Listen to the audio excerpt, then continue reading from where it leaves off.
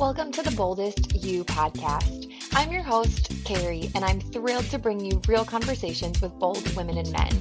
In this podcast, we dive deep into their stories, exploring what drives their courage, shapes their vision, and fuels their desire to leave a lasting impact.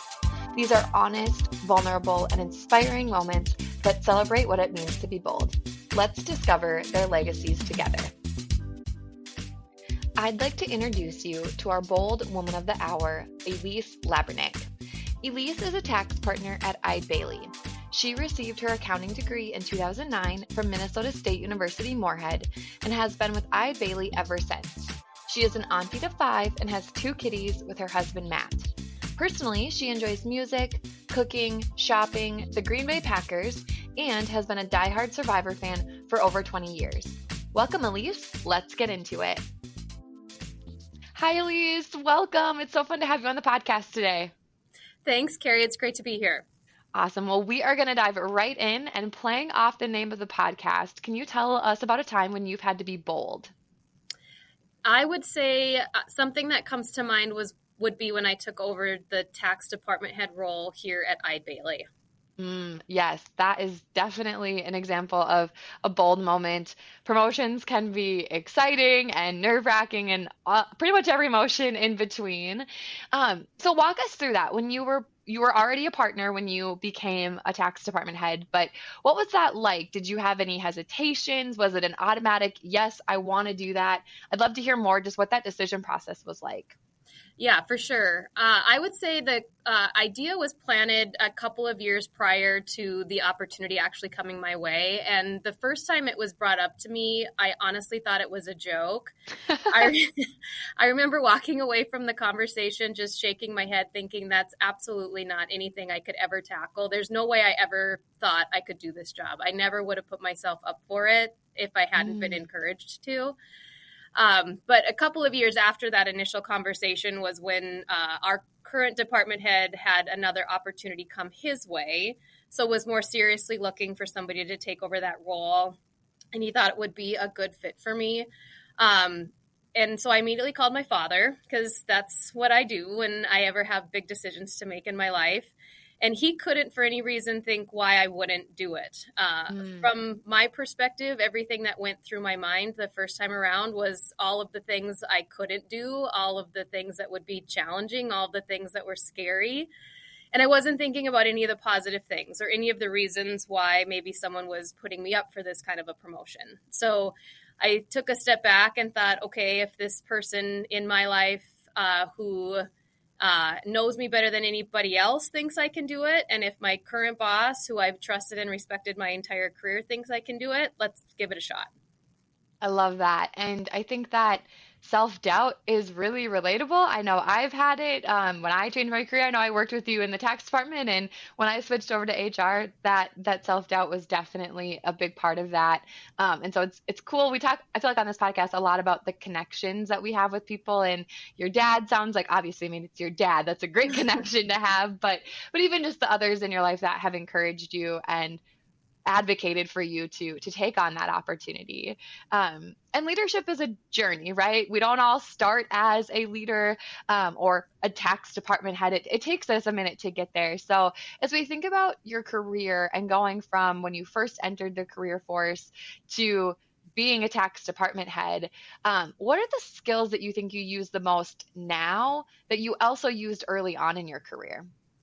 Yeah, I think some that just innately have grown stronger over the course of my entire career that really helped me as a leader now. The first and foremost, I would say, is communication. I think at any point throughout your career, that's definitely something that everybody's got to work on. Even if, no matter what it is that you're doing, you're communicating with somebody, some client, some coworker, some customer, somewhere along the way. So communication certainly is a big one. And in a leadership position, I feel like people don't want to feel like they're in the dark. They like to know what's going on. So, in addition to communication, I think comes some transparency. As a, leader within the firm that I work for, there's only so much you can share with everybody, but I try to give as much information as I possibly can, just to make sure that people aren't just, following the leader without any, buy-in. And without some of that kind of transparency and open communication, you really can't have that. Mm-hmm. I would say empathy is another one. I think as a leader, I've always worked in the accounting profession, and always underneath the accounting role have worked in income tax. And empathy maybe doesn't seem like something that you would ever kind of develop, but, communicating with clients throughout the last handful of years of my career and talking to them about business decisions and transitioning to generations or selling their business or closing down different stores, all the way to, big tax consequence decisions, that comes with having to have a level of empathy. And so I think developing that with clients has helped me kind of identify and relate to people a little bit easier. So that's definitely a skill I think that I've been able to enhance throughout the course of my career. And then the last one I thought about was authenticity. And we might talk a little bit more about this later on the podcast as well. But at the end of the day, we are who we are. There's definitely been a lot of moments in my life where I have looked around and wished that I was more like someone else or had a different, leadership style or communication style or sales style or, lots of different things from a comparable perspective. But I've gotten to the point in my life where I think you just have to come to terms with there's only so much about yourself innately that you can change. And once you allow yourself to really enjoy who you are and be your most authentic self, then you can relate to people on a different level. Yeah, I'm just listening to you, and I just feel so much, wow, so many good things in there. And the empathy was one that I think someone the other week told me, like, money is emotional. And obviously in your role, you are seeing people's money and their financial decisions and how important empathy is in those decisions. Yeah, that's not something I ever would have thought about, especially in the accounting realm, but how important that skill is. And communication, that's one I think you can read it on any article, anything related to anything. Communication seems to come up, and it's a skill that I think a lot of us just assume, well, yeah, I know how to talk to people. That's basic, right? I can write an email. But I know you and I've chatted even just a couple of times of how the communication skills don't always come naturally. And sometimes it's understanding the approach to the communication, like which style works the best, how do I say this in the right way to help communicate what I need to them. So those are all really good skills, and love what you said about authenticity. Yes, we are our own best superpower, and we forget that a lot of the times. So as you have progressed in your career, I mean, some of those skills don't come naturally to everyone, right? And we have to work to hone them.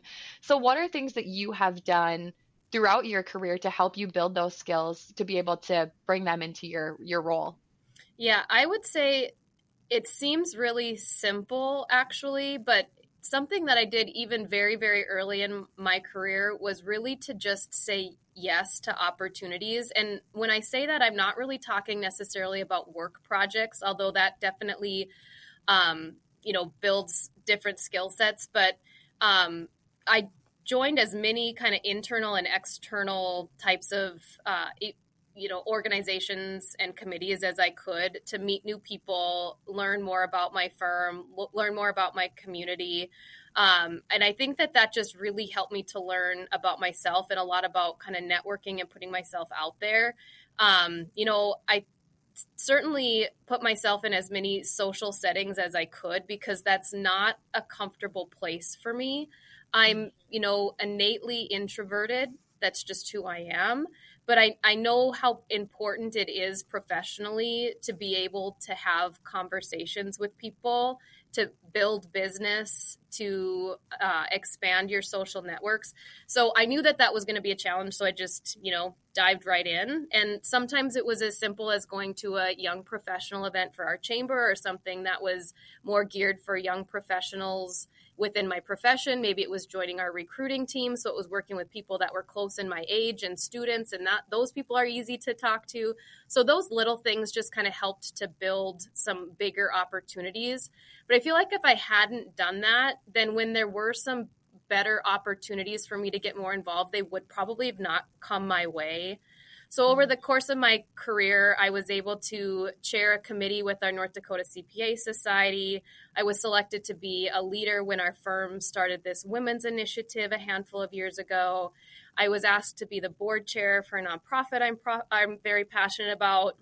And I was accepted into the United Way's 35 Under 35 leadership program. So I think those early kind of forced interactions that I had opened up the doors for some of these larger opportunities that really helped me to kind of understand who I am and the kind of impact that I can make.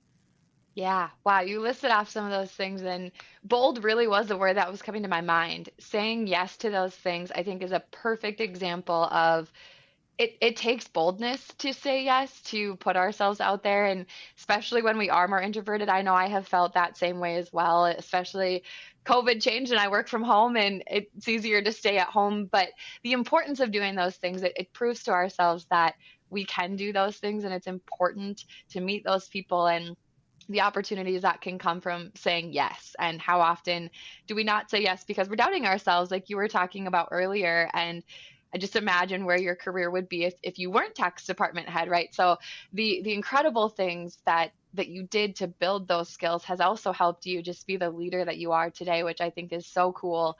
And we have people probably listening to this from all across their leadership journeys, like I mentioned earlier. And so, as you mentioned some of those things, I think the further we get into our careers, maybe the more accepting we are of saying yes to something like going to young professionals, because we might know other people. So if you were to think back to the start of your career, what do you recommend? What are some of those steps that like a young professional should take so that they can start working towards their leadership journey that's going to help them be successful in the future? Yeah, I mean, it kind of just goes back to what I said before, is just get involved in something. Meet as many people as you can. I think at some point you have to figure out a way to feel comfortable being uncomfortable. And being uncomfortable really never changes. I mean, I was nervous to do this podcast. I get nervous to give presentations to my department still. Like those emotions don't just evaporate. For as long as I'll be in this role, I'm sure I'm always going to get nervous getting up and talking in front of my entire department. That's just the way it is. But I just think you have to, start small, and know that, that's just how you build a skill, is just kind of getting out there and getting after it. But if you don't invest the time and you don't show up, like no one can do that for you. You can have people that can help you identify the right things to do, but you have complete control of how much you invest in yourself. And if you're not willing to do it, then you can only go so far.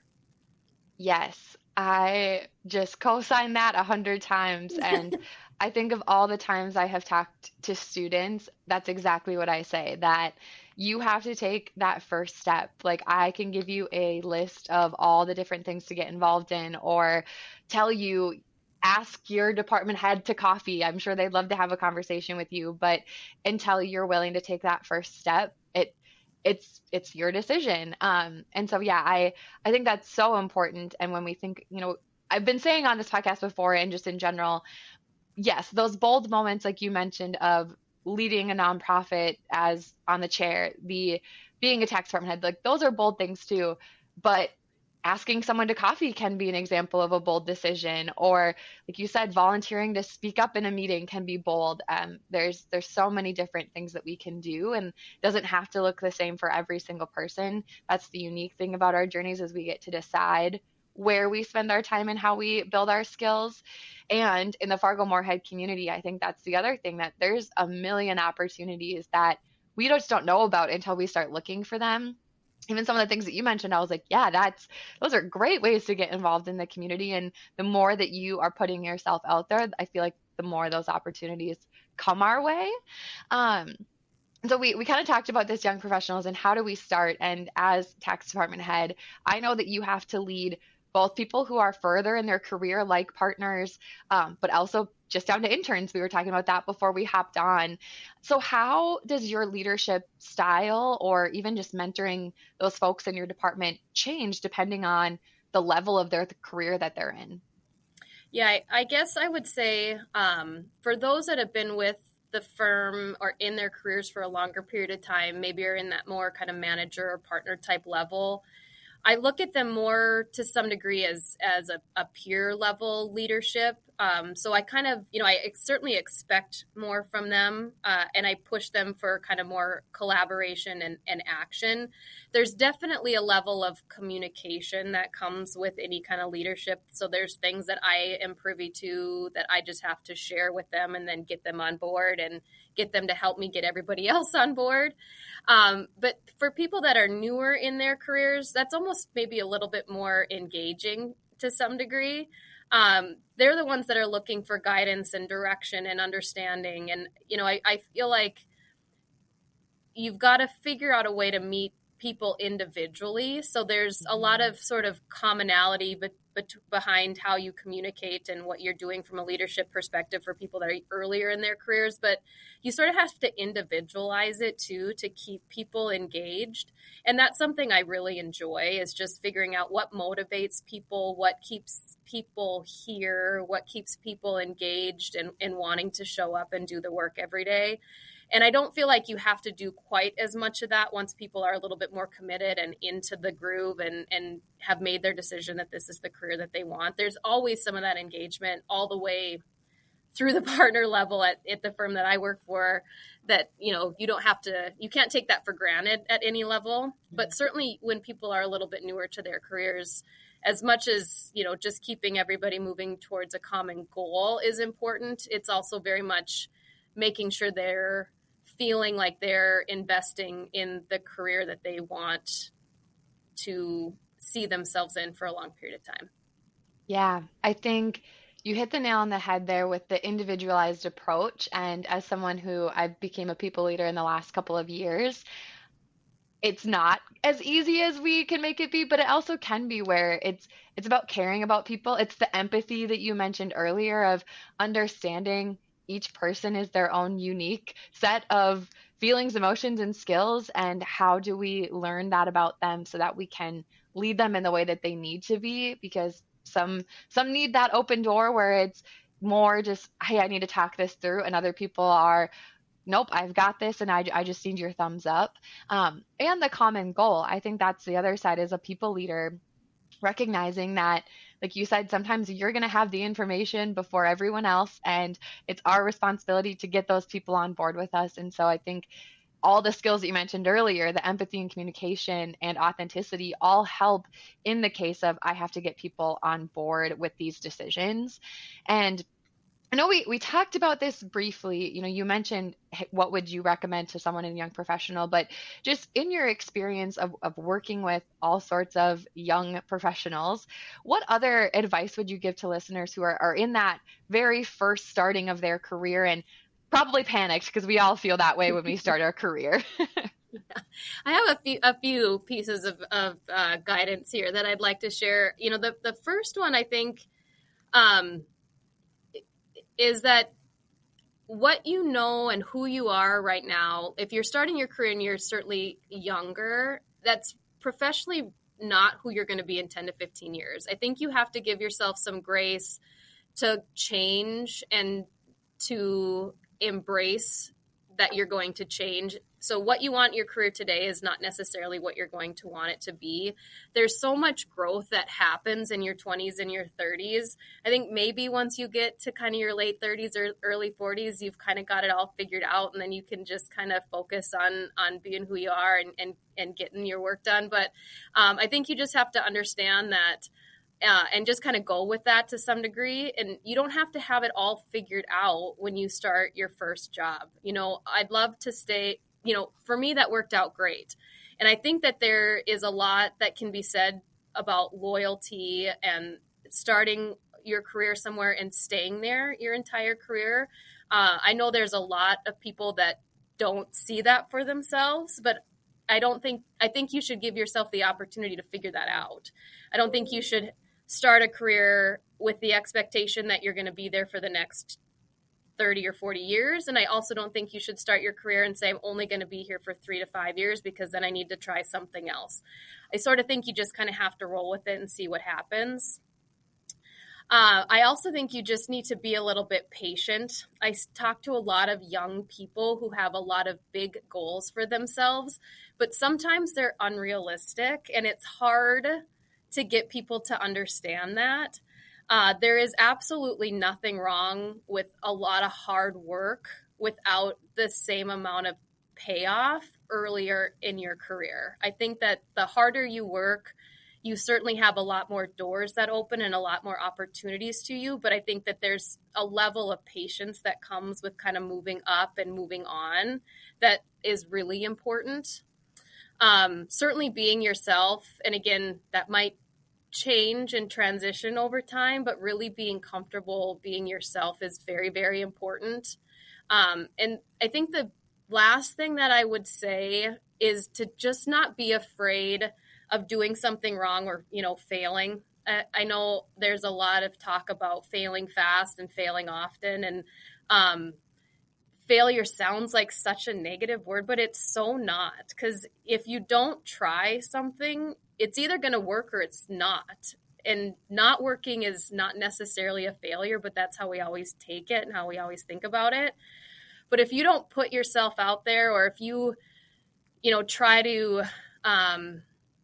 try to wait until you can perfect something, or you totally have something figured out before you raise your hand or step up to the plate, it's going to be too late because somebody's going to beat you to it. So I would just say, really try to, again, kind of feel comfortable being uncomfortable, putting yourself out there, stepping up and asking for something before you think you're ready for it. That will take you a really long way. I feel like you just spoke to everything I needed to hear today. And with that patience, I remember having a conversation yesterday actually about that. And I'm at 8 years in my career. So I'm kind of that halfway of what you said, that 10 to 15, and balancing that feeling of I need to do everything under the sun, and I have so much of my career left to do it in. And patience, I really think, is that skill that I need to hone right now too, of we've got time to do things, and in the moment, what can we do that help us get to goals, but we don't have to do everything tomorrow. There's lots of time to learn and grow. And I love what you said about the professional you're going to be when you start your career is probably not the same professional you're going to be 10 to 15 years plus down the road. And how many of us forget that when we start, that we think we have to have it all put together and figured out and know what the next 30 years of our life is going to look like. That's one of my favorite parts of talking to people too, is hearing that what they thought versus what is, and what that has looked like, I think has given me such reassurance that I am going to figure it out at some point, and we all do, and it's probably not exactly what we think it is. And that's a good transition into my next question. And there's this never-ending conversation of work-life balance, of doing all the things, but also making sure that our entire life is not our career. And I'm a pretty firm believer in that balance doesn't exist. If that were to actually be real, we would need more hours in a day. Mm-hmm. But I like to think of it of how do we take care of ourselves? How are we putting ourselves first and also still being successful at work? Some of us want both of those things. And so what does that look like for you now, would you say, of how do you kind of morph the two together? And maybe how has that changed as your career has grown? Yeah, I think I'll start with sort of how I looked at that when I started my career first. At the beginning of my career, I would say I didn't have any kind of balance when I was busy, but that was intentional. I work in an industry where we work a lot of hours during certain times of the year. So mine is a little bit more of a fluctuated busy, but it's predictable at least. So I have that going for me. So I know the times of the year that I'm going to be crazy busy at work. And when I started my career, I wanted to be a workhorse. I wanted to work hard. I wanted that to be known to the partners that I was working for. I wanted the firm to know that I was not going to be afraid of working long, hard days. And that was 15, 16 years ago, when every single hour I had to work had to be in the office. When I first had my internship, we didn't have laptops. So I couldn't have worked from home, even if I wanted to. So, that has definitely changed a little bit and has allowed a little bit more balance, just even if you're working long hours, because you can be home a little bit more. But the one thing I'd never sacrificed, even in my first internship in tax, is every Wednesday I made sure I was home sitting on the couch at 7:00 to watch Survivor. That's like my all-time favorite show. So I would make sure that was one thing I could do, and having it kind of right in the middle of the week was just a nice kind of reset, so I could sit and kind of feel like a normal person for a couple of hours. Now I give myself a little bit more flexibility. So I certainly still work a lot certain times of the year, but I don't sacrifice quite as much. I still make time to get to the gym, 2 to 3 times a week during tax season. I cook a lot on Sundays. Cooking is something that brings me a lot of kind of relaxation and just kind of grounds me, and I enjoy that. So I do that on Sundays and kind of meal prep for the week, so I don't kind of have to sacrifice that. I make sure that I schedule some date nights with my husband, some cocktails with my friends, and I still make sure to take a night off during the week to be home to watch Survivor. I love that. And it's a great example of a non-negotiable. When I talk to students a lot and they ask about work-life balance, the first thing I say is you have to figure out your non-negotiables. Like for you, it's Survivor. For me, it's I will take my dog for a walk once a day because I need to get outside away from my desk, especially working from home.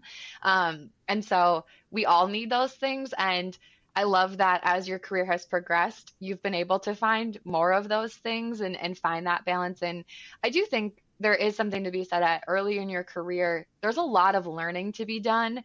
And so yes, working, however many hours that looks like for you and your own unique journey, there's so much learning that you can do. And as you progress further in your career, I think some of that flexibility also comes naturally when you don't have as many questions you maybe have to ask, or you are more productive because you're able to get through things, which means I maybe don't have as many hours in a week I'm working. And so I'm able to fill in some of those blanks with all the fun things that we love to do. And so I love that. And as we get towards the end of the podcast, you know that I love a conversation card. I have many, many decks of them at home. And so I think they're a great way just to learn some little tidbits about people. So we'll wrap up in that way. I'd like to do these in just rapid fire style. So answer however you see fit. The first one, what is your beverage of choice? Champagne. That's a good one. Okay. I will have to ask you about the brands of champagne that you like, because I never know what to buy. There's so many choices. I've got some to recommend. Perfect. Love that. We just talked about unwinding. So Survivor maybe is the answer to this, but what is your favorite way to unwind? Yeah, just kind of binge watching TV, really. Reality TV, true crime. I've got a handful. Amazing. Would you ever go on Survivor if you were given the opportunity? That's funny you ask that. I actually have talked to my mother about applying for Survivor, and she basically gave me a hard no. I absolutely hate bugs, and I wear my emotions on my sleeve, so I think I would be a really bad contestant on Survivor, but I think it would be a blast to play. That's fair. Yeah, not when you watch the show, the bugs and the environment that they sleep in, don't think I would be cut out for that either, but you never know. Maybe they'll do one in like a luxury place sometime, and that can be your opportunity. There you go. What's something that you're grateful for today? I would have to say I would be grateful that I'm healthy and that my family is healthy. That's important, especially this time of year. Everyone is sick, so we would always be grateful for our health. And okay, this one is a little bit more complex, but if you got to eavesdrop on your friends talking about you, what would you want to hear them saying? So the first thing that comes to mind to me, Carrie, honestly, is that she's got great shoes. I can vouch for that. So just know that people do say that about you. because I can't really put myself in that, it's really difficult for me to say good things about myself. Hmm. I don't think I'm speaking to a wall here with this group of people that I'm expecting are listening to this podcast. I think a little bit more deeply, if I really had to come up with something, I certainly would hope that my friends would say that I am authentic, maybe a little bit funny, and just somebody that they enjoy, being around. Yes. I think they would say all of those things, and they would say that you have great shoes. Awesome. Well, as we wrap up, I'd love to hear just from here, right? What kind of legacy do you want to leave behind? I would say the legacy that I'd like to leave behind, or what I would like people to say about me is someone who just kind of prioritized the relationships that I build with people, and that's not just with my clients, but also with my colleagues, friends, and family, and also with my community. That I have a positive attitude and leave a positive impact on people, and that I have helped encourage people over the course of their careers or over the course of our friendships or our family relationships to figure out what their strengths are and to utilize those strengths and to take risks and just be their authentic selves. I love that. All about the people, how we make them feel, and just what we can contribute to our relationship. So, well, Elise, it was so great to have you today. Thank you so much for sharing your story. I know everyone is going to love hearing it. And just, yeah, thank you so much for being with us today. Yeah, it was a pleasure, Carrie. Thank you for asking me. I really appreciate it. Awesome. Well, thank you to all of our listeners, and we just encourage you to be bold, and we'll catch you on the next episode.